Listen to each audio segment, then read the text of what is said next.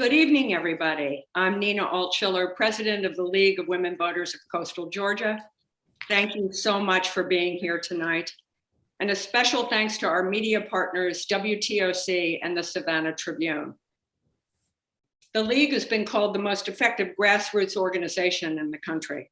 For over a century, that's 101 years, the League has promoted voter empowerment and participation without regard to political party. We are nonpartisan. We have hosted candidate forums across the country to allow voters to hear the candidate's position in their own words. We are glad you have joined us for just that purpose. Tonight, we are here to learn about the candidates running in the special election for Georgia State House District 165, the seat left vacant by the passing of Representative Mickey Stevens. We are grateful to the candidates who are here to answer your questions. This is their time to talk, and it's our time to listen. Our questions today are from a broad section of the community, and were all submitted in advance. We received many more questions that could possibly be asked in the course of an hour, but there were many common themes. We've done our best to cover the topics of most interest to you. It's important to note that the candidates have not received the questions in advance. Each candidate will be given a specified time to answer each question, and to make certain that time limits are kept, we have Hank Reed as timekeeper. Mr. Reed was a colonel in the US Army and a senior executive with NATO. He was the director of operations for the G8 summit hosted by President Bush in Savannah in 2004. After retiring, he and his wife moved to Savannah, where he has led several community organizations, most notably the Downtown Neighborhood Association. He's well known for fairness and will make certain each candidate has the exact same time to answer each question. Our moderator this evening is Wanda Lloyd. Ms. Lloyd is a retired newspaper editor who over the course of more than 4 decades held editing roles at 7 daily newspapers, including the Washington Post, USA Today, and the Atlanta Journal-Constitution. After retiring from journalism, she returned to Savannah, where she served as chair of the Department of Journalism and Mass Communications at Savannah State University. She's a graduate of Savannah's own Beach High School and Spelman College. She's a longtime advocate for media diversity. She was the founding executive director of the Freedom Forum Diversity Institute at Vanderbilt University in Nashville. Her memoir, Coming Full Circle, From Jim Crow to Journalism, was published in 2020. It is now with great confidence I turn the program over to Ms. Lloyd, who will introduce our candidates and moderate this evening. Good evening, and thank you to the League of Women Voters of Coastal Georgia for hosting this event. This forum is focused on issues and the candidates' responses. We want the audience to have a time of civil discourse, and we have asked the candidates not to interrupt each other. Candidates will have 1 minute to respond to each question, and all candidates will be able to answer each question. Our timekeeper will be visible to speakers, or at least the screen will be. When the yellow screen appears, candidates have exactly 20 seconds to complete their response. If the red screen appears while they're speaking, the candidate speaking should quickly end the sentence, and then they may be muted by the host. Our questions today are from a broad spectrum of the community. We have likely received more questions than can be asked. There were many common themes, and the League has done the best job possible to cover the topics of most interest to those who responded. The candidates have not received questions in advance. If you have a question, you may enter it in the Q&A box, and if we have time, we will try to get to additional questions. But first, let me share some biographical information about our candidates. Clinton Cowart is a human resource entrepreneur and an actor. He holds degrees from Armstrong State University, Georgia Southern University, and Webster University. Mr. Cowart is owner of Cowart Consulting, a human resource consulting company, and he worked for 2 years as the HR director of MSG Staffing Agency in the hospitality industry. His civic involvement includes Toastmasters International, the National Society of Human Resource Management, and Ellie Temple Dune Cat Unit of the Shrine. Edna Jackson served 3 terms on the Savannah City Council as Alderman at Large, including 2 terms as Mayor Pro Tem before being elected the 65th Mayor of Savannah in 2011, the first African-American woman to hold the position. Mayor Jackson was involved in the civil rights movement beginning in her teen years, working throughout the South. She has been a leader in Democratic politics at the local, state, and national level. She earned bachelor's and master's degrees from Savannah State University, where she worked as an administrator for 30 years. Sabrina Kent is a longtime resident of District 165, having moved to Savannah when she was 13 years old. She has worked in retail management as a government publications manager, and she's currently a payroll specialist for the International Longshoremen's Association, Local 1414. Ms. Kent has volunteered in the community for more than 25 years. Antoine Lang is a native of Savannah, and he earned bachelor's and master's degrees from Savannah State University. He is currently working toward an MBA at Mercer University. At age 24, Mr. Lang was elected to the Chatham County Board of Elections, becoming the youngest elected official in Chatham County's history. He has served as a legislative aide and chief of staff to Representative Mickey Stevens and Senator Lester Jackson. He currently serves in the Georgia National Guard.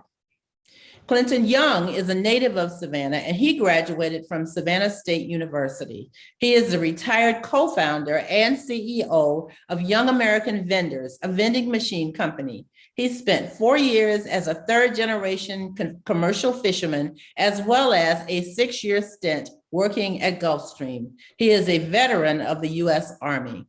So now, candidates, let's get started. As a way of continuing to get to know you on a personal level, please tell us one fact, one thing about you that's not in your professional biography. We'll start with Mr. Cowart. Well, I played the bass guitar for 7 years, the violin for 5 years, and I wanted to be an opera singer, which was my inspiration when I was young. Very good. Ms. Jackson? I love to sing, but only in a group. And I love working with young people. I am one, what do you not know about me? I used to dance. I took dance where the old YMCA, which is the Con Ed building, I took tap and jazz up there as a child. Thank you. Ms. Kent? I love everything that keeps me active. I'm a former bodybuilder. I've sung in the choir for years. I sung in a band for years, and I love to dance. I went to dance school when I was in New York, and I went to dance here. I took voicing from Mr. Peter Smalls at Savannah State University when we first moved here. So I love to do everything fun, and I've got grandchildren that assist in me doing that. Great. Mr. Lang? Hello, everyone. I actually, some people may not know this, but I am an actual pretty good bowler. I like to bowl. I was actually in a bowling league as a 7-8-year-old. And anytime I get with a group of people who really don't know that I can bowl, I'll say, and they ask me, can you bowl? And I'll say, I'm okay. And, they won't pick me on their team right away. And so after the first round, everybody's trying to get me on their team. But yes, I enjoy bowling, and I actually enjoy cooking as well. Cooking is a form of therapy for me because my mom was a great cook, and she passed when I was 13. So one way that I feel that I can be close to her is in the kitchen. So I really enjoy cooking. And Mr. Young? Good evening, everyone. Good evening. One thing about me, I have integrity, and I love my community. I always follow my work through the end. And I'm working on my golf swing, trying to get a little 50 more yards on it, pulling my head down, and I got all the retirement to do. Great. Well, it's always good to learn something about the people that we are considering for office that's not necessarily about the job. So thank you all for sharing that. Mr. Cowart, I'm afraid we're going to start with you again. And so you're going to be on the spot every time for our questions. Our first serious question, I guess you might say, is what is the primary issue that motivated you to run for this office? This is for all the candidates, of course. Education and mandates. I wanted to pretty much reform the education system, and I wanted to end, or I want to end the mandates. I don't think someone should have to worry about their employment or their housing due to what they decide to do when to consult on their doctor or not do. I don't think the government should have anything to do with someone's health. That's between you and your doctor. And I want to reform education. I want to deliver the option of school choice to guardians and parents alike. Of course. Thank you. Ms. Jackson. Thank you. I was asked to get in this race by Al Scott. We were trying to find someone after the demise of Mickey Stevens. As all of you know, I ran his campaign the last time and we won. I got in this because of reapportionment first. As you know, they're redrawing the maps, and we have not had representation since his illness. And I wanted to make sure that we protect this area as it is, because it is a very wide area, but it's an area that can very easily be served. I ran also because of health issues. As you know, our governor turned down funds from the federal government. And we are a community of aging people. We have people with illnesses, but they don't have insurance. And then when you think about the rural areas where clinics and what have you are having to close. The other one that thank you. Thank you. Ms. Kent. I got in this race, as you all know, for the lack of the representation that we haven't had since 2018 due to the unfortunate illness of Representative Mickey Stevens. And secondly, I wanted to be the one that make the change and the difference in Savannah, Chatham, Georgia here for the betterment of the people. There's so much that's lacking in Savannah, and that we need to make sure things get better, and it happens. We got to do better with gentrification, and my top priority is livable wages. We got to get to the livable wages before we can do anything else. And of course, the healthcare. We got to get the healthcare on track. And my second and third thing was the senior care, senior benefits that's been lacking and has been withdrawn from them, as well as the youth environment that is lacking in Chatham County. There's so many things that need to be first place here in Chatham County, so I'm fighting for all of those things. Thank you, Mr. Lang. Yes, I got in this race because of three reasons: voting rights, education, and economic development. But most of all, voting rights. As many of you know, I served on the Chatham County Board of Elections, and I was very involved in the process of voting for the last few years. And I know firsthand of some of the many difficulties we have on the local level, and many of the difficulties that a lot of our citizens are facing. I am also a part of a lawsuit suing the state in regards to Senate Bill 202, because I wanted to take my involvement a little bit more to the next level. And as a state representative, I can fight even more on the ground level at the state capitol. And so voting rights, education, economic development are my three main topics. Great, thank you. Mr. Young. Good evening. I got in the race last year. We had no representation for the last 2.5 years. And it was a census year. And at the center of it, the redistricting of District 165. The governor has called a special session November 3rd will again not be represented. The lines will be drawn without a representative. We're going to lose Thunderbolt and Savannah State, as I said earlier, and it'll go to District 164 in all probability. Also, I'm here for Medicaid expansion, Medicaid reform. I lost my wife from mother-infant mortality rates among African-American women. African-American women are 4 times as likely than any other nationality to meet their demise. I lost my wife to that, and it was like 70% chances of being aborted. Thank you. Thank you very much. And so sorry for your loss. These questions, these responses are on topics that we're going to hit on, many of the topics that you all have mentioned so far. The next question is from Mr. Cowart, of course. Georgia trails most states in the quality of public education and economic equity among racial minority groups, but funding for programs to address these inequities remains tight. How do you plan to help Georgians get a better education and achieve equity, Mr. Cowart?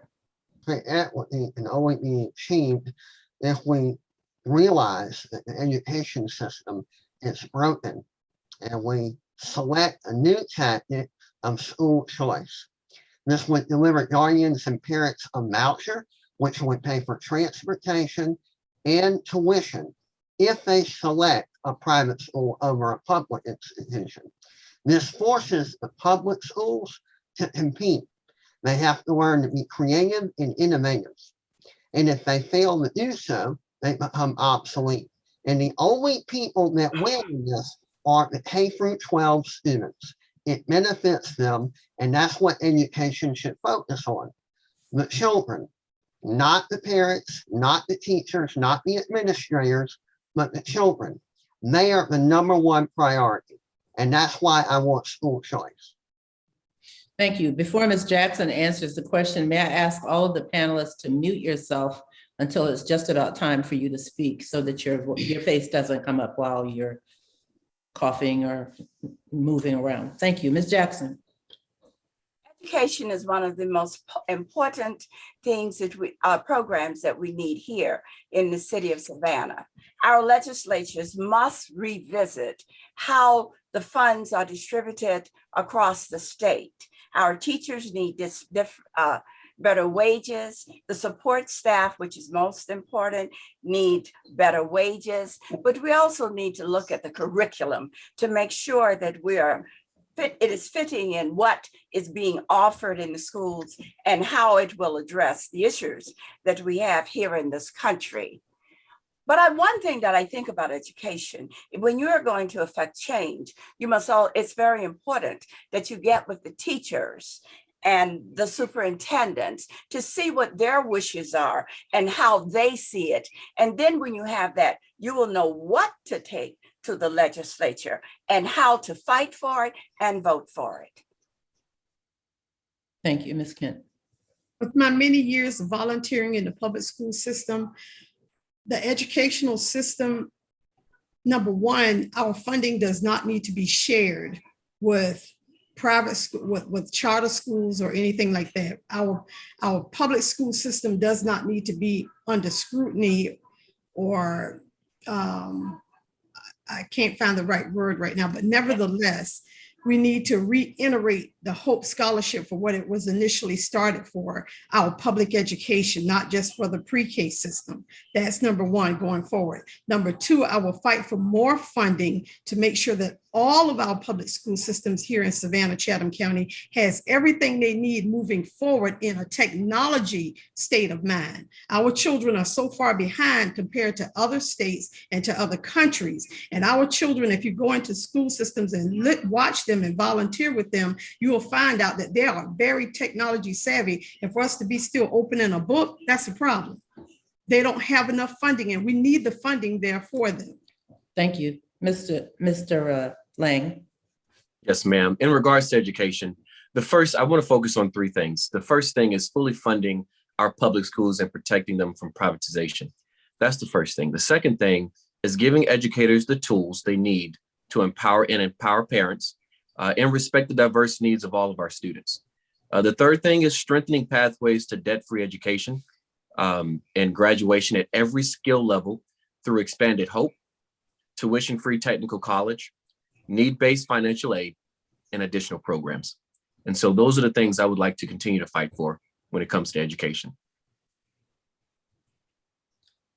Mr. Young. Yes. First and foremost, I'm not for charter schools and private schools. They're not equally accessible for all kids. Having a child with special needs, I took my other children out of the private sector and put them in public schools. As your next representative, we would work on that 34% rating that we have. And I have a 6-year plan to take us into the top 20 tier. We have a splosh on the ballot, e-splosh. I will work at the Capitol for the 2021 American Rescue Act. It's a $1.9 trillion relief fund that will help our children get into the ability to go virtual if we have to again. Every child does not have computers and they don't have Wi-Fi access. With this fund, every child will have a computer and 43 hours of cable. Thank you. Thank you. Thank you. Our next question is on an aspect of healthcare, and that's Medicaid. What is your position on expanding Medicaid, Mr. Cowart?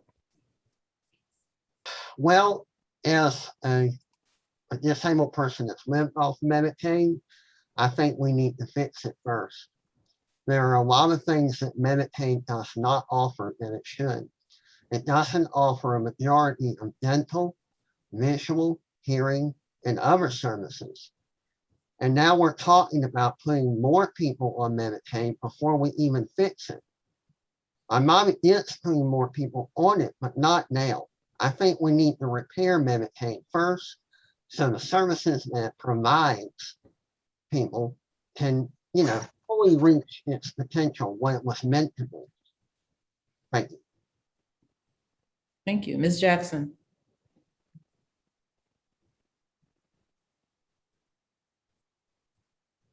Ms. Jackson, you may be muted.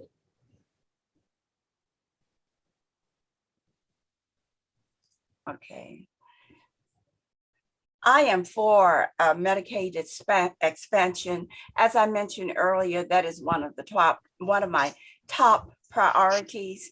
I feel that we as legislators need to fight more to try and get our governor to accept the dollars that are coming, that can come in here from the federal government. As you know, in rural areas, as I said, they have had to close medical facilities. As you know, we have more people that are with some of the diseases that cannot be treated at this time. The pandemic has made a terrible problem in our Medicaid and expansion program. People that need services cannot get services for lack of insurance and for lack of the federal dollars coming in. $500,000 will be needed to cover, and we need jobs. Thank you. Thank you very much. Ms. Kent? I am for Medicaid expansion. I will support it strongly. I will go at it hard because I believe everyone in Savannah, Chatham County need to have medical coverage. No one should be without coverage. No one should be struggling and wondering why they can't go to the doctor because they don't have the medical coverage they need. I also believe that medical coverage should be expanded to cover other things such as dental, eyes, etc. my strongest belief about medical coverage is if our tax dollars can take care of our representatives that we elect in office to give them the best medical coverage that they have, then the least we can do is give them the medical coverage that they deserve by expanding Medicaid coverage. Thank you, Mr. Lang. He's muted. Yes. Yes, ma'am. Out of 58,045 individuals that we have in our county as of 2019, 17.9% of them are without health coverage. And so one of the things I will continue to do is fight for the expansion of Medicaid and Medicare. Unfortunately, we do not have the power as state legislators to change the federal program, but we do have the opportunity to work with Senator Warnock and Senator Ossoff to see how we can improve this. So I will continue to work with House leadership, the minority leader, along with the rest of the House leadership and the rest of my colleagues, soon to be colleagues, and in order to expand and fight for Medicaid and Medicare expansion. Thank you. Thank you, Mr. Clinton. Mr. Young. Yes, first, let me straighten out. Charter schools are part of the public school system. I am for fully funding our public schools. Medicaid expansion, one of my main priorities. House Bill 1114, as I stated, mother-infant mortality rate, expanding that.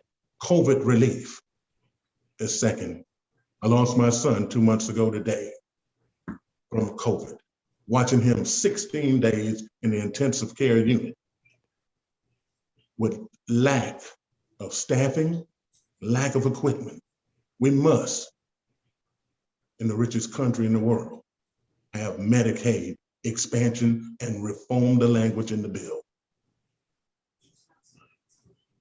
Thank you. Thank you very much. This next question, several of you have referred to COVID. It does refer to COVID. The COVID-19 pandemic has exposed the difficulty faced by working parents in balancing the needs of work, remote learning, and childcare. What do you think can be done to better support working parents in Georgia? Mr. Cowart. I think number one, working parents in Georgia need to have their children away from the laptops and from the virtual learning. There's something about person-to-person connection. I think a lot of the regulations are a sign that fear has taken over and we have become paranoid. There have always been viruses and there always will be. We need to learn to adapt to COVID-19. It's not going to dissipate. It's not going to disappear. We can learn to live with this. I was born terminally ill. I understand this fear, but we need to start using our critical thinking skills, and we need to have the children all back in school, which we're doing now, and we need to eliminate some of these regulations. Thank you. Ms. Jackson. Please unmute.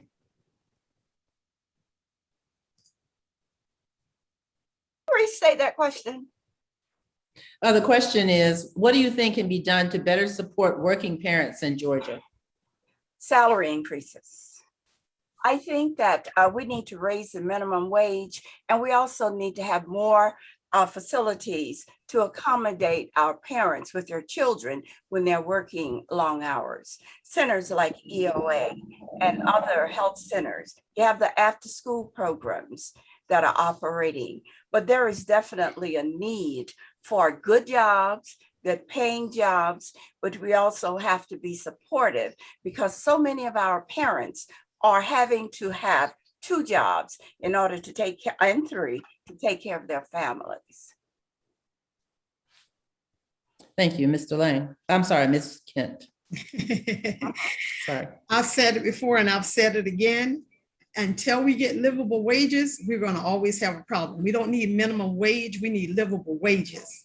And that's not going to change. Nothing is going to change until we get to that point. In order to help these parents, they need livable wages so that they can leave their home to go back to work. The ones that are working from home, they need assistance and they need the support of their employer to not be selfish, because those employers have received quite a bit of funding from the government on the federal level to assist their employees. So for them to be selfish and not give the support that the parents need who have children, I don't think it's very fair. And maybe it should be reported to the federal government that they're not all doing so.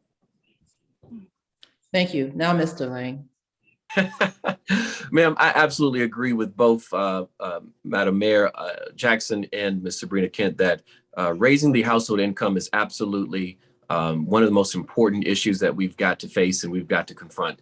But above that, we've got to have some goals outside of that as well that maybe can help in the short term. And so one of those things I would advocate for is a comprehensive program, emergency program for mental health relief. We all have realized that mental health has become a great concern to a lot of young people, and especially to their parents who may not know how to cope with it. The second thing is an emergency fund for educators so that they can tap into in case of emergencies such as this, where they can still continue to do lectures and activities outside of the classroom.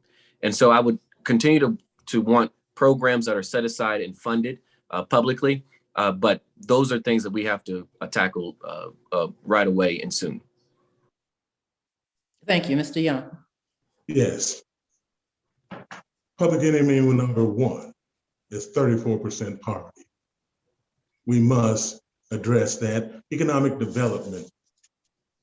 When under the dome, we would enact the opportunity zone that give corporations as well as individual investors the right to utilize the corporate gain taxes. That can be up to 20 years. They would come into our district. Savannah has 3 of the state's 87 opportunity zone. District 165 has 1. They would come into the historically underutilized areas, the distressed areas, and create jobs. I'm for a livable wage, a fair livable wage. And we need to address the population's poverty rates. 18 years old are 21%, age 18 to 64, 64%. Over 65, the poverty rate is 14%. A livable wage, a fair livable wage. Thank you very much. The next, excuse me, the next question has to do with housing. Oh. Oh, I'm sorry. Did I miss something? I thought someone said something. And the affordability of it. The coastal Georgia Savannah area is known for having fairly low wages, as well as some of the highest property values in Georgia, with the 165th House District seeming to have the largest disparity of these two metrics. What do you think is the best way to help working people of our area close the gap between what they net on payday and what they spend on housing every month? Mr. Cowart. I think we need to work on giving incentives to businesses to hire people more, especially in the downtown area that is going through gentrification. I think once people have better opportunities and an opportunity at a higher wage, that will increase the value of everything. And by doing this, I think a lot of the property and the taxes for the city and the county will begin to decrease slowly. Thank you. Thank you. Ms. Jackson. If you haven't unmuted, please do so. Thank you. As you know, gentrification has taken over a large part of the East Side, the 165th district. We've lost a lot of residents because the property values have gone up. As you know, when I was mayor and when I was alderman, we did many projects in West Savannah, the President Street project, to bring about affordable housing. The whole program started with Floyd Adams. We need to do more. We need to find more sites to get our people to live in a decent housing. The incident that is happening right now in the Bellevue, Clearview area, the people there, they need to have a place that they can move and they can have a decent place to live. So we need to look at it and see how we can partner with the many friends that we have, companies in this community to build more affordable housing in this area. That is something I really Thank you. want to work on. Thank you. Ms. Kent. I think that one of the things that can be done right now to Band-Aid the situation is for the government to give our homeowners or the landlords that own the homes that are renting to these people an incentive to make them comfortable as landlords to the people that are renting from them so that the individuals can remain in these places. That's number one. Number two, we need to incorporate like Clearview, Bearview, that contractor needs to incorporate those people into what he's building over there. I don't know why he feels that he has to just put them out. Understand he has to reconstruct everything. That's not an issue. Why you can't reconstruct one side and then move them gradually into that side along with everybody else that he's going to move in and then start structuring the other side. He don't have to put them out. He can incorporate them into what he's building because they will fit into that area just like everybody else would. And Thank again, you, lastly, Mr. Lang. Thank you, Mr. Lang. Yes, ma'am. Thank you for the question. The first thing I think we should do is, number one, again, raise household income. If we want to look at why someone may not have the net income at the end of the day, perhaps it's starting with what they made at the beginning of the month or on payday. The second thing is, I would like to, many other states have done this, but I'd like to work with my colleagues and see if we can create a state affordable housing trust that will provide monies and funds for local cities, especially the city of Savannah and other cities in our municipalities in our county. And then the third thing is, again, partnerships, public-private partnerships to create more affordable housing for our citizens. Thank you, Mr. Young. Yes, I agree with Mr. Lang 100%. We need affordable housing, what we can afford. We don't have the jobs that reflect the pricing on the housing. But as your next representative, we'll bring back programs such as the Department of Community Affairs, first-time home purchasers. Also, I believe we should take a script from the military, no money down, at a score of 615. And also give them a 2.5% mortgage rate for those under 40. Okay, thank you. The next question is this. As a representative of a coastal community, what will you do to address the challenges we face due to our changing climate? Oh, Mr. Cowart. Pretty much we need to practice more, climate savvy innovation and technology.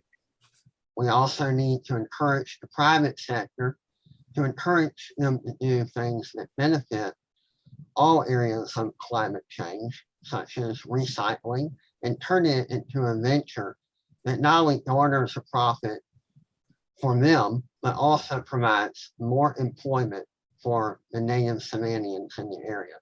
This way we are able to maintain and stabilize the deterioration that is, obvious through climate change, and at the same time provide opportunity for the people in our area. Thank you. Okay, thank you. Ms. Jackson? this is an international problem. As you know, the glaciers are melting and it's getting warmer and the waters are moving. And we are a city that is at sea level, in some areas below sea level, and you have Tybee Island. We need to have a comprehensive plan of how we're going to handle those problems along with the federal government, the state government, all the the county government and the cities governments, the many municipalities that we have in this community. I'm afraid that one day we're going to wake up like they're doing in some of the other areas, and a tornado that have never hit that area, they find that they're underwater. We need a plan, and we need to come up with that plan yesterday. Thank you. Ms. Kent. I'm going to stick with the old cliche. You be kind to your property be kind to you. I'm assuming that the recycling is helping to a certain extent. But we've got several companies here in our city that can assist with the global warming that we're currently going through. Georgia Power, Atlantic Gas, LNG. All of those are three big companies together that can help us and assist us. And then we have an educational system with very innovative children that can come in and assist and give us the ideas and do projects that can also help save our city with the global warming and making it safer going forward into the future. Then the government can step in. But for right now, we are Savannah GA, baby. Thank you. Mr. Lang? Yes, ma'am. In the immediate, I would continue to fight for funding from both all of the budgets that we have, the governor's budget, the House budget, and the Senate budget, to invest in infrastructure. I think one of the first things we have to do is partner with our cities and our municipalities and get those funds, get some state funding to help them in aid in infrastructure building with when it comes to sewages, when it comes to get drainage and things of that nature. I think that those are some very important key things that we can work on immediately going into the next session, is getting fundings for those types of things. The second thing is just partnering with our federal level individuals and seeing if we can bring funds and other partnerships and programs that will help with renewable energy and things of that nature. Thank you. Mr. Young? Yes, environmental justice is important. We don't want to have another spillage like in Brunswick. We also have to look out for what's going on over in the Elba Island. That's very detrimental to the coast too, as well as offshore drilling. I'm against that. Like Mayor Jackson say, we need a comprehensive plan like yesterday. Great, thank you. Our next question has to do with transportation. The Area Agency on Aging has experienced budget cuts for transportation for seniors. Many seniors rely on this transportation to get to their doctor visits. How can we help cover this cost? Mr. Cowart. Medicaid, which I mentioned needs to be reformed because I have it and I was a caregiver. It needs to be reformed because it's failing. It's supposed to provide services like this, and it doesn't always meet the criteria. I think we need to reform Medicaid before we ever think about expanding it to others. I mean, if it's not providing for individuals now, it's definitely not going to provide for more individuals. We need to address issues like transportation for the elderly, people with dementia, and Alzheimer's now, not later. That's my take. Thank you. Thank you. Ms. Jackson? One of the biggest problems we've had through the years here in the city of Savannah is the expansion of the CAT program. As you know, CAT does not go beyond Savannah. And there is a need because jobs are out in the area now with the corporations that are coming into our community. There has to be a coming of the minds from CAT, local government, both county and city. And we also must make sure that we have units where the senior citizens can put their wheelchairs and what have you as a part of the bus in order for them to have their independence to get to wherever they want to go. It's a hard thing to try and talk about that. And it takes more than this time because the jobs mainly, we're at the end and the jobs are mainly on the other side, the west side. So we have to have a way of coming together and coming with a plan where transportation will be one for all. Thank you. Thank you. Ms. Kent. The transportation for the seniors, I believe I spoke about that on my platform at the very beginning, that I understood that the funding for the elderly had stopped for their transportation to get them to and from their doctor's appointments. Why it stopped, I don't care, but it needs to start back. And I need that funding to be allocated for CAT Telluride to help and assist with getting our elderly to and from where they need to go. That money needs to be allocated to our transportation services already in Savannah, Georgia, something like some of our current transportation services like limousine services that can branch off into that area, as well as the CAT services that can branch off into that area. But the funding will start back, and I will fight to make it start back because our elderly have earned that and they've worked for that and they deserve that. Thank you. Mr. Lang. Yes, ma'am. I think one of the first things we have to recognize is where the money comes from that funds CAT. The second thing we have to do is take care of the employees that actually run the buses. I think we have to do some very good audits and or opportunities of observation and work with the employees of CAT. That's number one, because if you don't have the employees to do it, then the other issue, you're not able to get a solution. But the second thing is, absolutely, I agree with Mayor Jackson, is that we have to work with our municipalities and see if there's some incentives we can add from the state or from the county level that we can funnel some funds through, or some tax incentives to expand the transportation system into other municipalities. We must understand that access to these jobs is a key to raising our household income. Thank you. Mr. Young. Yes. Part of the reason you're seeing the problem with transportation for the seniors, as you notice, they have bid it out with United Health, Aetna, Anthem, the $144 monthly charge. If we can, from the state level, get that portion allocated to our local transportation and get a system like MARTA for our seniors, that would help.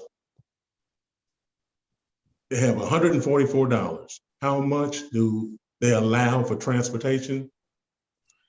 I'm not sure, but I believe if it's at 6%, that would be funded to the local transportation departments, such as CAT.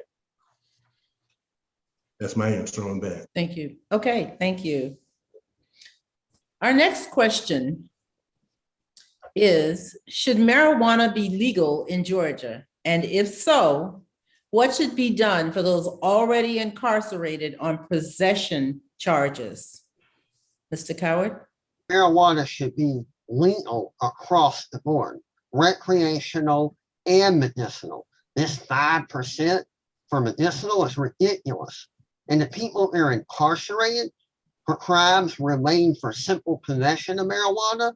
We need to reevaluate the cases. They need to be released, and we need to decriminalize it, period.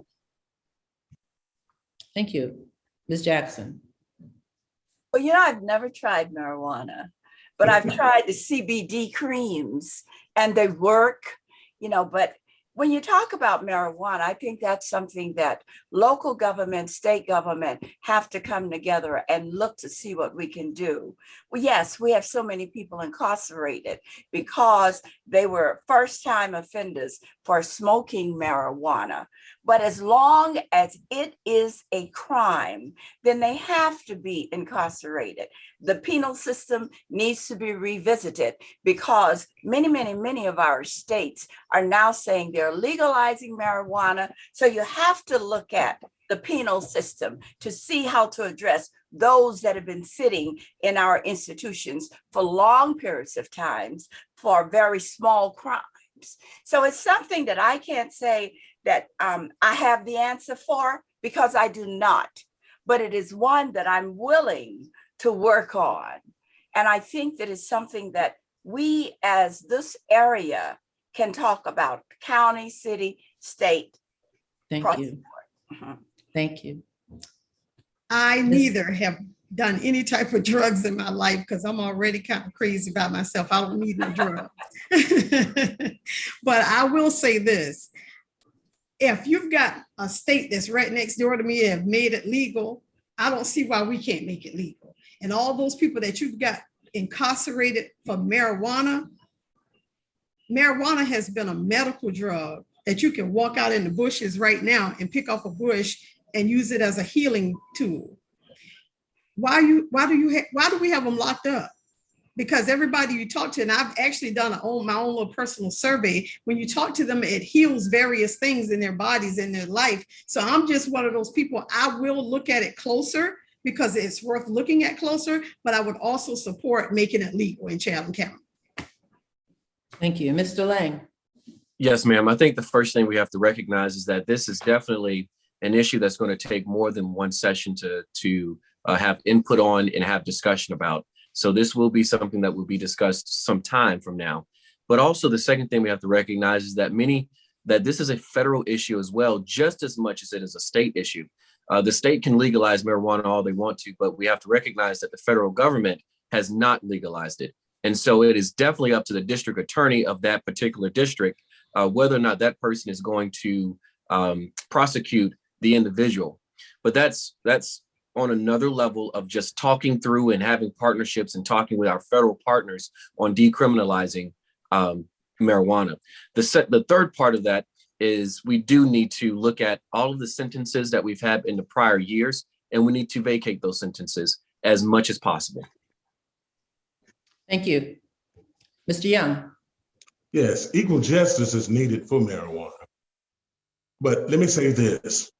I heard former Mayor Otis Johnson made a good statement about that. The Gulf Streams of the world, the General Dynamics, Georgia Pacifics, those what you use your hands to make products with. They're not hiring anybody with a dirty urine. That's okay? right. It's not going to happen. That's not happening. The insurance companies will go out of business supporting that. So I am against legalizing marijuana. For medicinal purposes, that's another thing. But for recreational use, no, that's a poor man maker. You're not going to work on any good paying jobs we all will be fighting for with dirty urines. All right. Thank you. The next question has to do with your role in the legislature if elected. The question is, if elected, you will have the opportunity to serve on standing or joint committees. What committee or committees are you most interested in serving on? Mr. Cowart. This is my first time I want to serve on any committee that's going to make reforms in education. I want to have a direct input in the decision making, and I want to hear all ideas on how to improve K through 12 and to address all the lack of transparency with the Hope Scholarship. And I want to hear ideas from everyone. Thank you. Thank you. Ms. Jackson. I would love to serve on, of course, education and where the way the educational dollars are distributed throughout the public school system, the colleges and universities, to make sure there is equity. My other one is healthcare. Someone mentioned about there are so many people with Alzheimer's. Mental health has become a major issue. We need to look at that. We need to make sure that facilities are immediately available, that doctors are in this area to assist people, that the insurance companies are not holding up a person from trying to get some assistance, that our insurance companies are not turning down contracts. Those are the two major issues. And one more.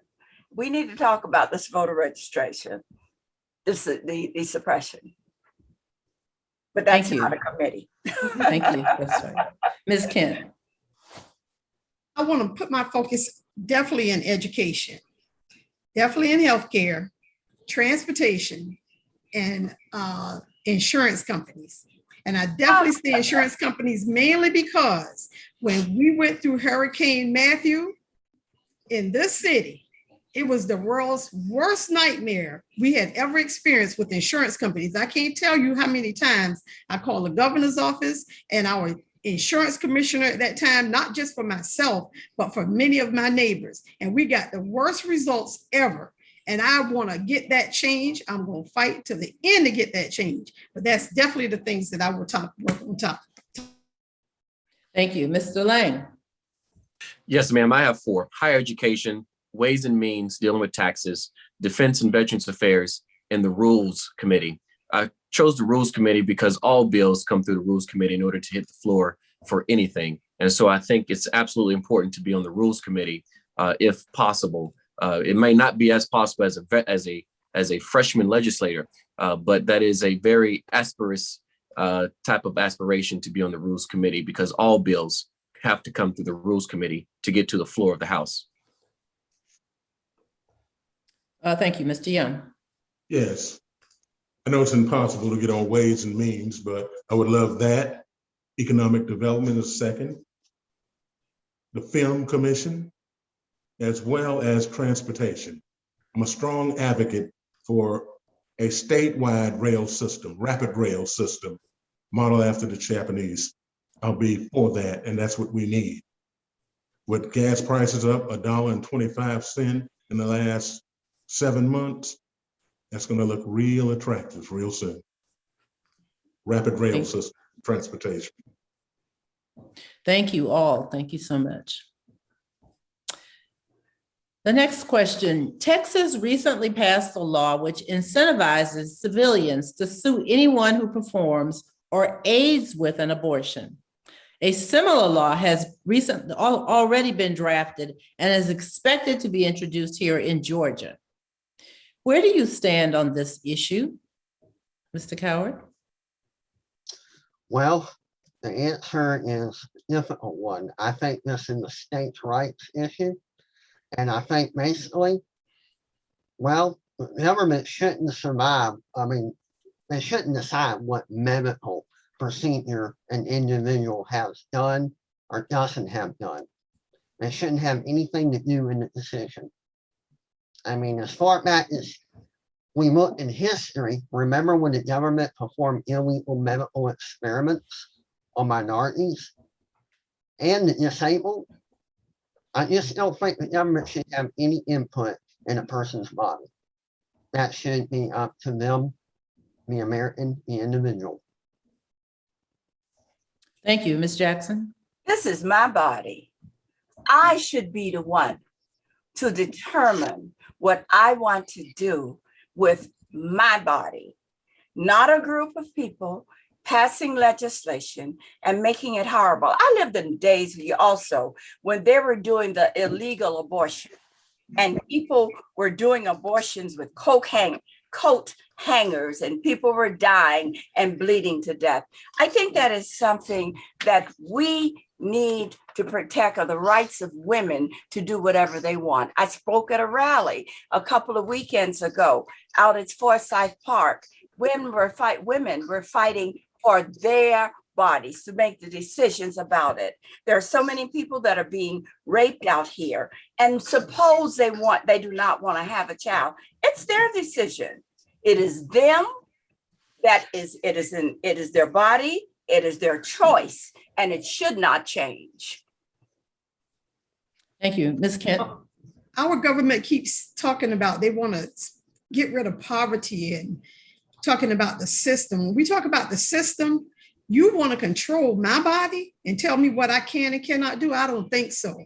It's not their body, and I'm not going to let them control it. It is my constitutional right to make decisions on my body as a female and every other female in this world. It is their choice to do what they want to do with their bodies, not our government's choice. Our government keeps making things systematic, and systematic has created this poverty world that we live in today. But we're going to stop this right here in Savannah, Chatham, Georgia, effective immediately. Thank you. Mr. Lang. Yes, ma'am. I am absolutely against any bill that tells a woman what she can and cannot do with her body. I do not believe that government has a right to do that.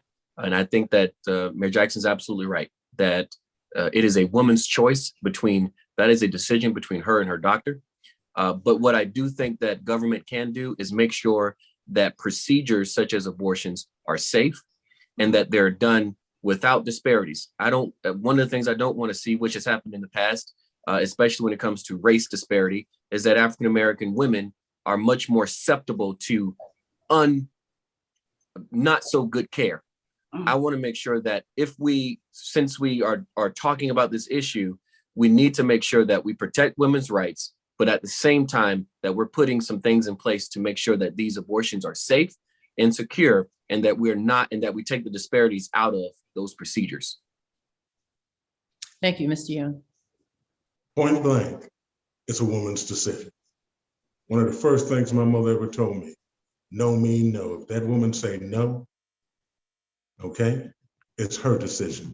And I think we can use that same precept overall about that vaccine mandate, okay? It's going to come down to the same, it's my body. I can do what I want to. Who am I to tell a woman, to tell you what to do with your body? That's my answer.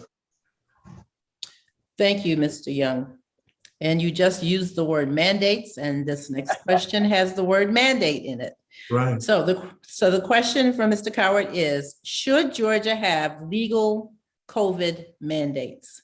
Absolutely not. I just stated on the abortion issue that the body is your body. Those decisions are between you and your physician, not you and the government, not you and a bureaucrat hired or contracted by the government.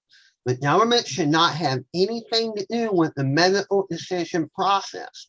Only a qualified physician, your physician, should have any type of input on what you do with your body.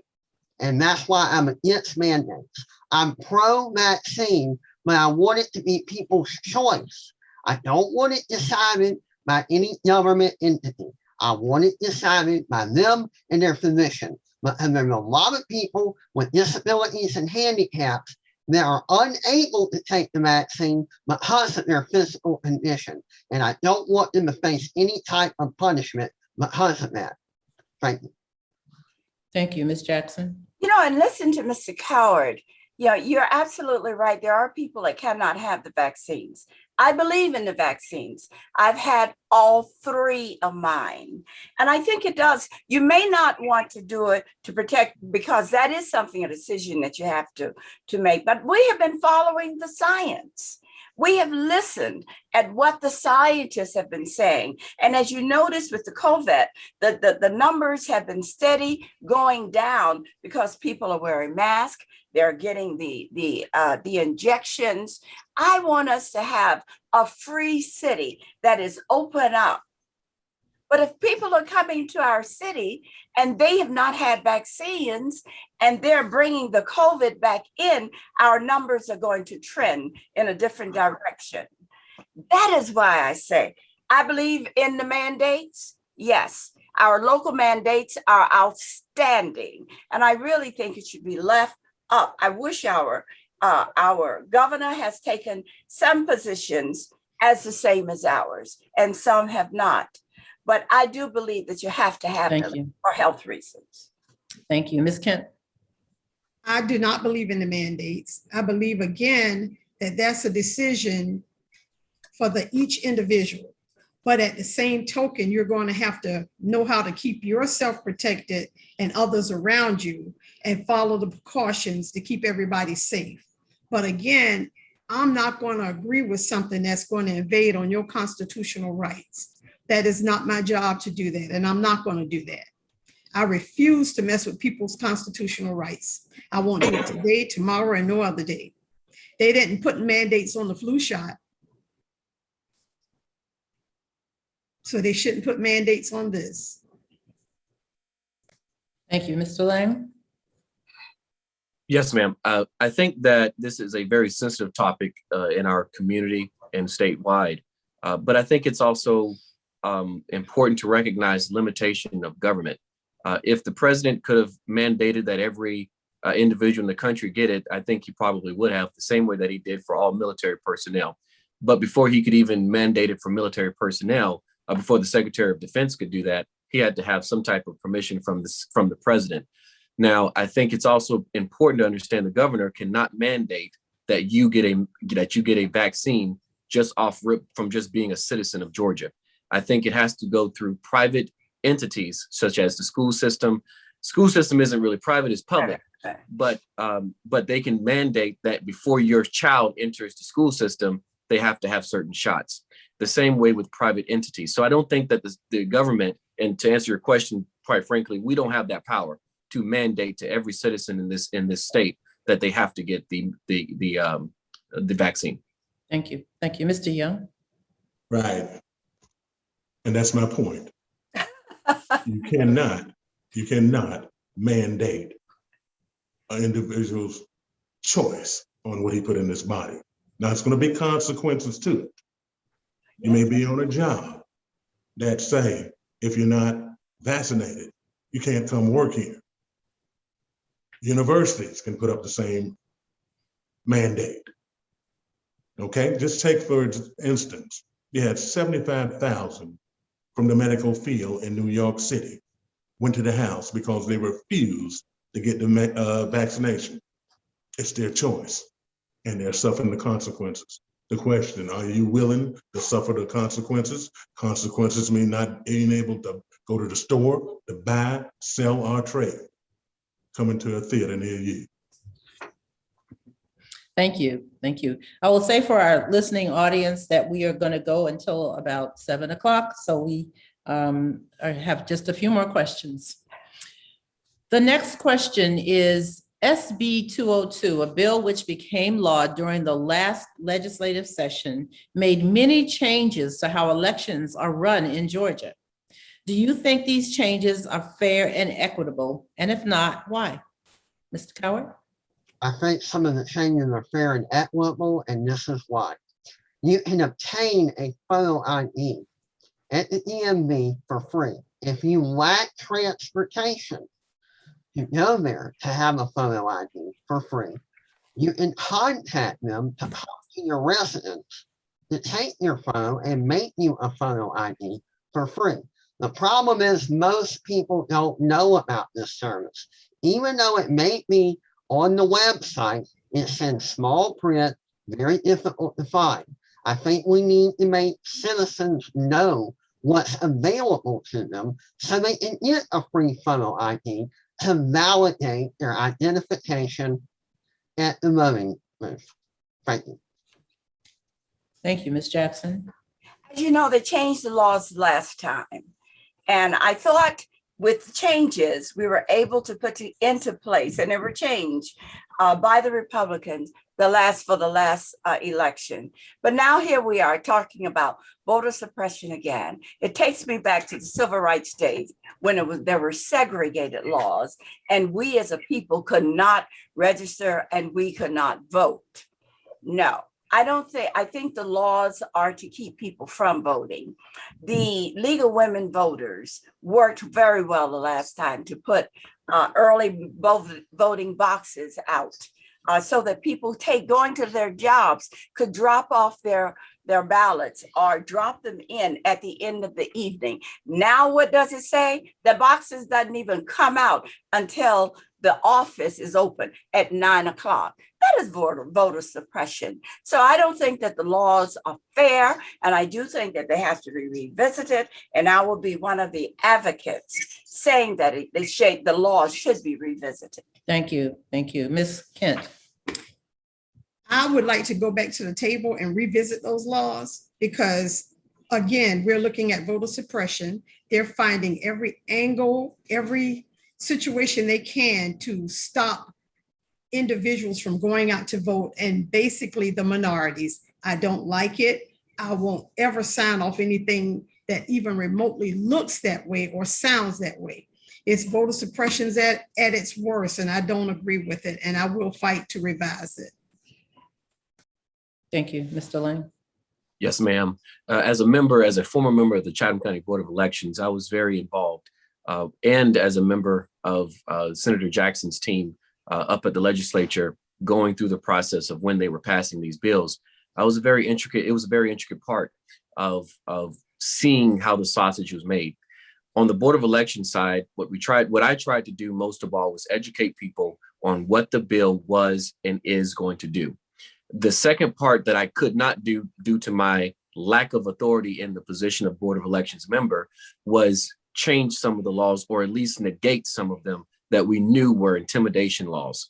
And so what I decided to do was get involved in a different way. And that was filed a lawsuit with several other individuals, which we have won some of those battles and struck down some of the photography rules that were against the constitutional law. So I will continue to do that and continue to fight for voting rights.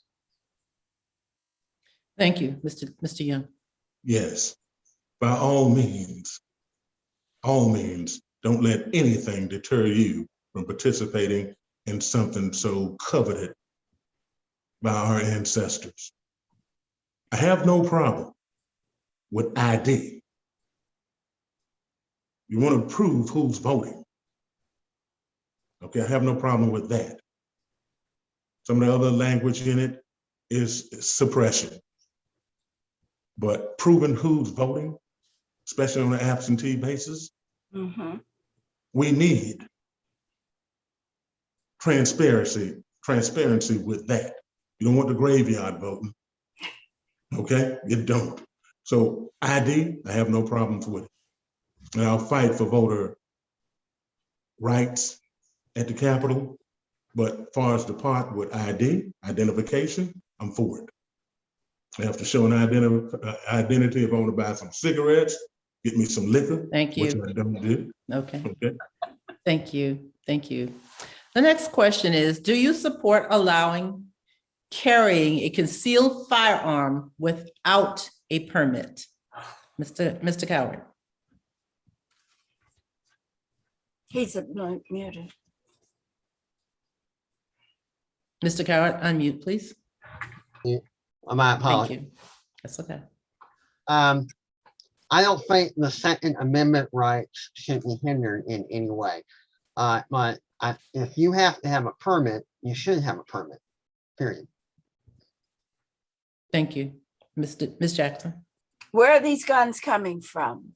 Our young people are killing up each other. I am against, if you're going to go through a process and get guns and you get you have a license, but how are these young people getting guns? Look what just happened out here last week at a little softball game. Gun rights it's just making people more angry and using the weapon as a way to satisfy what they are angry or who they are angry at. That gun right laws, they have to change. I think they're too liberal at this time because people can carry them in the stores, they can carry them in churches, they can carry them wherever they want to be. And it's the illegal ones that are out there now. And they're using them now like they are like they are just a part of something, that people can use. Permit to work, you must have a permit, and that should be the system. Anyone caught with a gun? Thank you. Ms. Kent. Can you please repeat the question for me, please? Absolutely. Thank Do you. you support allowing carrying a concealed firearm without a permit? No, ma'am, I do not. If you're going to carry a firearm, you need a permit for all of it. A license, gun license, permit, everything that goes with it. That's a privilege. So you need to have all your credentials in place. Thank you. Thank you. Mr. Lang. Can you hear me, ma'am? Yes. Okay. I do not support not having a gun license to carry for concealment. Thank you. Okay. Mr. Young. Follow the rules, get a permit. Okay. Here's a question that came in on the Q&A to me. It says, making the role of Georgia legislators a full-time job as opposed to part-time would make running for office more accessible to lower earners. Would you support this? Mr. Cowart? Yes. Everyone should have equal opportunity, no matter what their status, whether it's majority or non-majority, to run for office. Period. Okay. Ms. Jackson? You may be muted, Ms. Jackson. There we are. Okay. Everyone has a right to run for whatever they want to run for. You can even run without having to pay a fee to run. You have to prove it. But I think that if you are so passionate about what you want to see as far as changes are concerned, run. But you also should have, these jobs, being in government as long as I've been in government, you can't live off the salaries that they have. I'm a retiree. I have a salary. So I don't have to worry about what I have to do, but other people have to worry about that. Only thing I can say, when you're going to run for office, make sure that you investigate and see what is going on, because there are many good people out there that do not have jobs, but they would make a good elected official because they have been the ones out there fighting for the people. Thank you. Thank you. Mr. Lang. I'm sorry, Ms. Kent. You just keep trying to skip past. I know, I have my names right here and I believe that everyone should have the opportunity to run for public office. There are strong advocates out there. There are strong believers out there, and I believe everybody should have that opportunity. Is the pay good? I'm 100% certain that it's not. I am semi-retired. I am semi-retired and I'm very comfortable, but I'm not fighting. I'm not in politics for the money. I'm in politics for the people. okay, Mr. Lang. I absolutely agree with the sentiment of the room that anyone should have the ability to run for office, especially when you have such a strong desire to see change, positive change in your community. I would just caution to make sure that you understand that there are ramifications to raising the pay for an elected official. You also are raising the amount of money that you would have to pay to qualify for the seat, or you would obviously do what Mayor Jackson has said, which is get signatures of registered voters, a percentage of registered voters in whatever district you're running in. But also understand that it's really not so much the salary that hurts people. It's running a campaign that sometimes hurts because it takes gold to run. It takes coal to run a train. It takes gold to run a campaign. Thank you. Thank you. And I was reminded that the meat of the question, this is came in on the Q&A, is that we have part-time legislatures. So should we have full-time legislators so that the pay ma'am, can if I may, being a legislator, no matter what, you're full-time. even if you're not in the legislature during session, you are still a full-time. You're getting calls all the time. Thank you. Mr. Young. That's what I was going to ask you. To say the question once again, because that's the part. Should it be full-time? Should the legislation be full-time compared to the 90 days? You're going to raise the state budget if you stretch it. Keep it the same. And I believe anybody ready and willing and able to get at the table to serve should. That's my Thank answer. you. Thank you. Here's a question, another question that came in on the chat, and that is, as legislators, how do you intend to stay connected and solve the problems of the community you represent if you're elected? Mr. Cowart. Simple. You keep up avenues of communication with the people that you grew up with. I mean, I'm in 165. I have friends and family and neighbors. You go out and about whenever you're able to. You keep up communication by internet, cell phone, whatever, and you keep addressing the issues that plague your area. And you work on resolution to those issues to make life better for everyone. Everyone that's in your district. Thank you. Being a legislator does not end when the session ends. You have to stay in contact and communicate with the people. There are over 30 neighborhood associations. I know because I used to go to every meeting every month when I was an alderman, when I was the mayor pro tem, and at times when I was mayor. It is very important that you continue to communicate with the people, because you cannot make decisions without hearing what their concerns are, what their needs are, and what they want you to do. I was talking to a person in this district just last evening, and he said to me, you know, Mayor Jackson, he said, I feel like we are not being served. I feel we are left out of the state.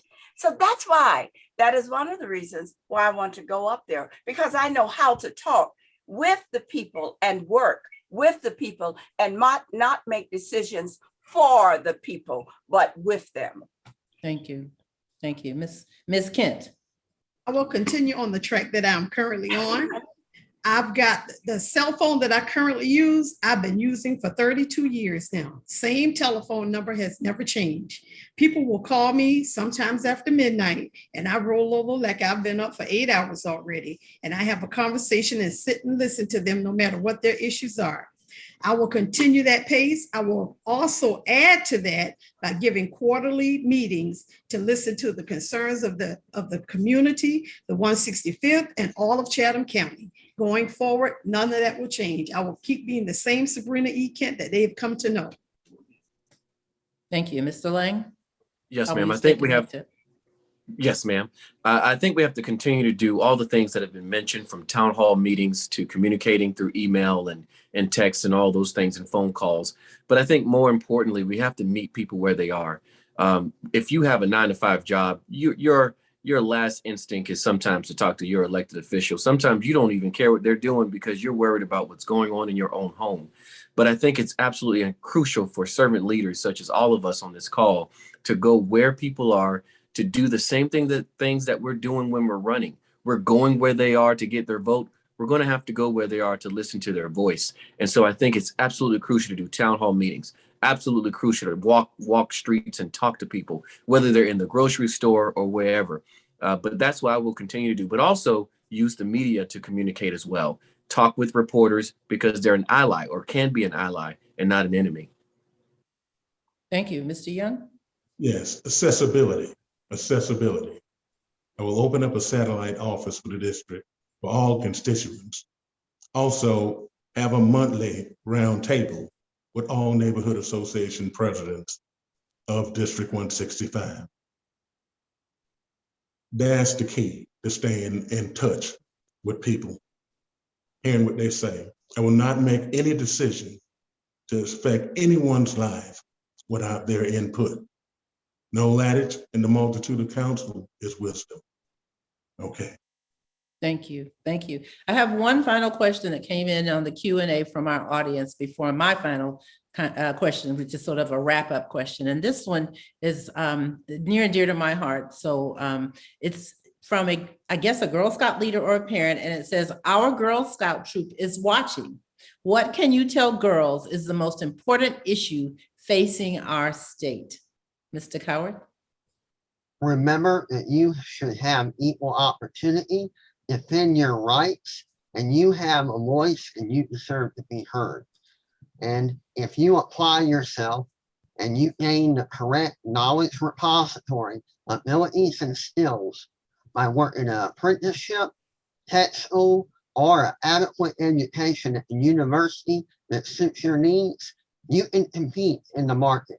And nothing can hold you back if you stay determined and never give up.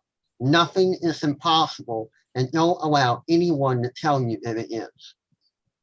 Thank you, Ms. Jackson. Please unmute Ms. Jackson.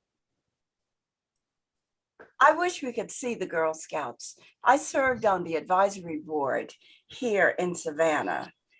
Girl Scouting teaches you a lot of things, how to be young ladies, how to act. It gives you history.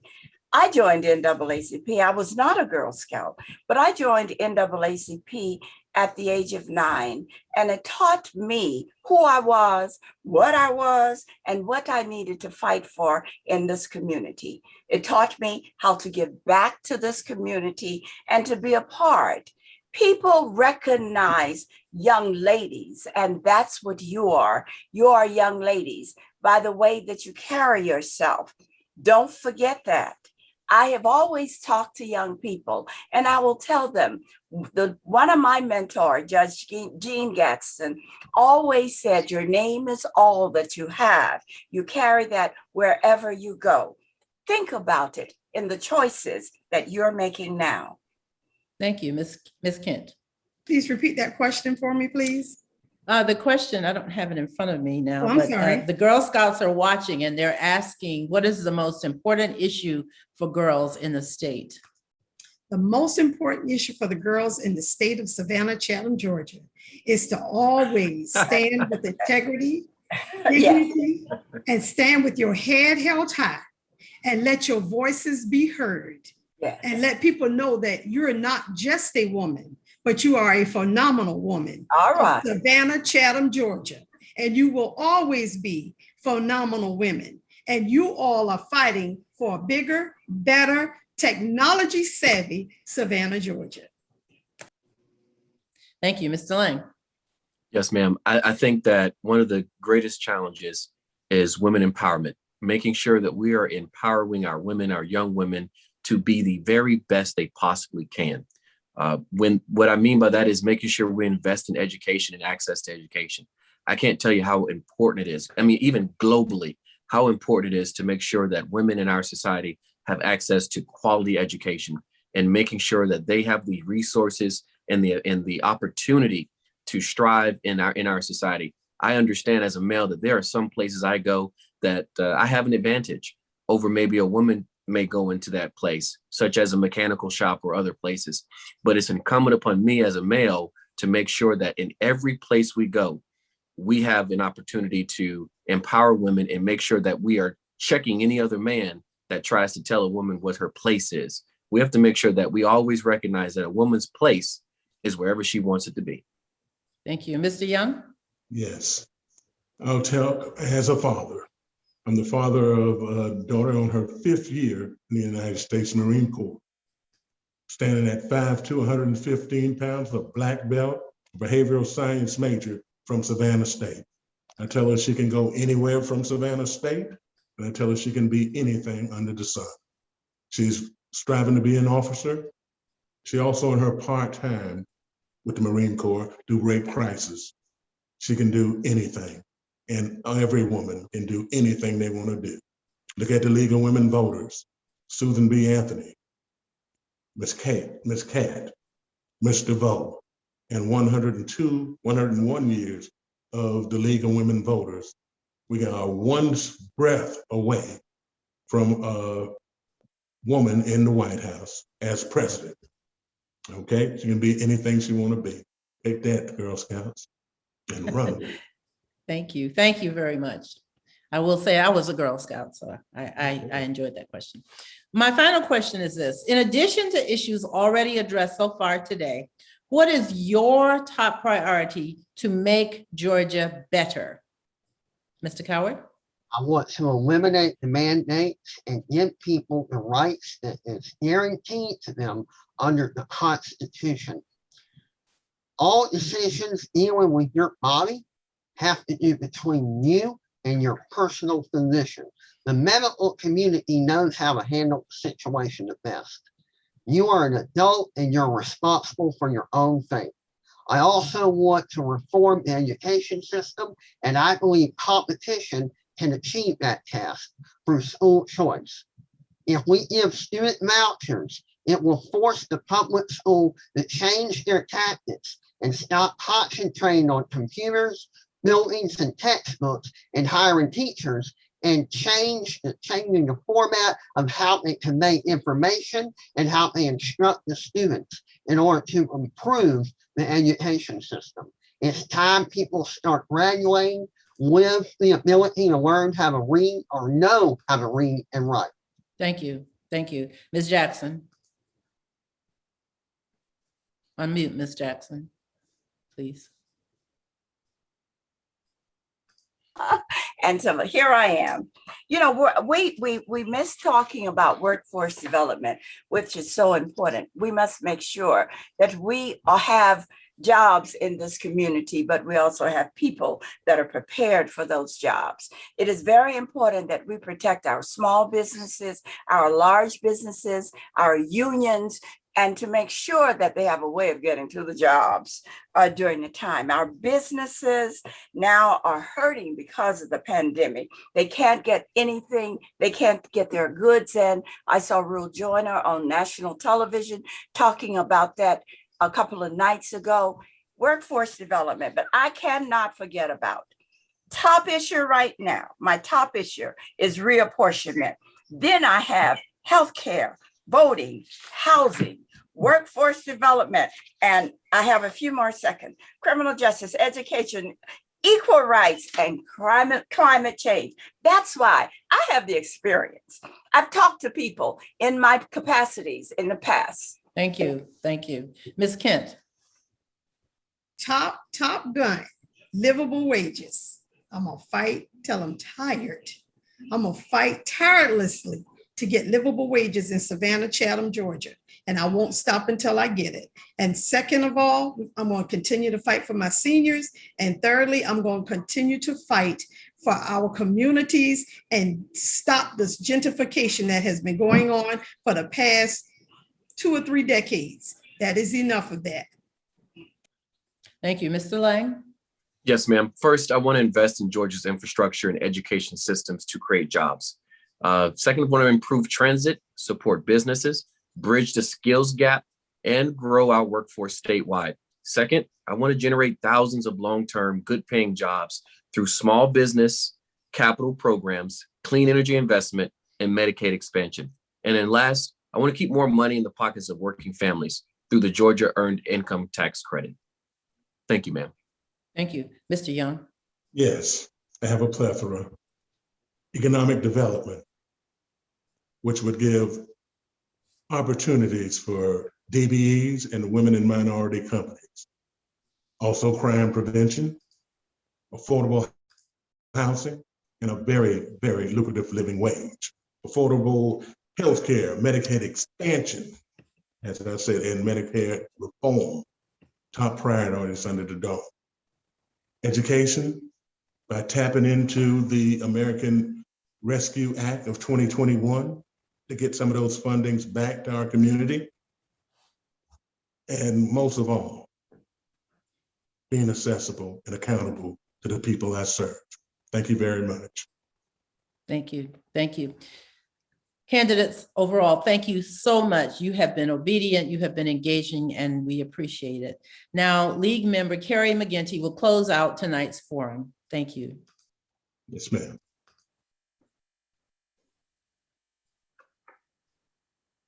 Thank you so much to all the candidates for coming and sharing your views on the issues.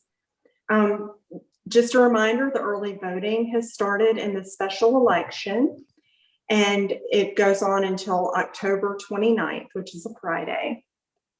Oh, draft. We hear you. Sorry, can you see me now? Yes, we can. Okay, great. Yes. I'm not sure if everybody heard me, so I do apologize. But thank you so much to all the candidates for coming and sharing your views. The early voting has started in the special election, and it's going on and will continue until Friday, October 29th. There is Saturday voting on October the 16th and 23rd, and Sunday voting on October the 24th. If you need information on your polling place, early voting locations, and the hours of operation, you can find that at my voter page, which is www.mvp.sos.ga.gov. You can also see a sample of your ballot at that page. A very special thank you to Wanda Lloyd, who did a wonderful job moderating this evening, and to our timekeeper, Hank Reed. Thank you so much. And thank you to our media sponsors, WTOC and to the Savannah Tribune. And thank you so much to all of you who've joined us this evening. If you're not already a member of the League of Women Voters, we invite you to join by going to our website, www.lwvcga.org. And the League is nonpartisan, and we are open to both men and women. So thank you so much for joining us this evening, and have a good night.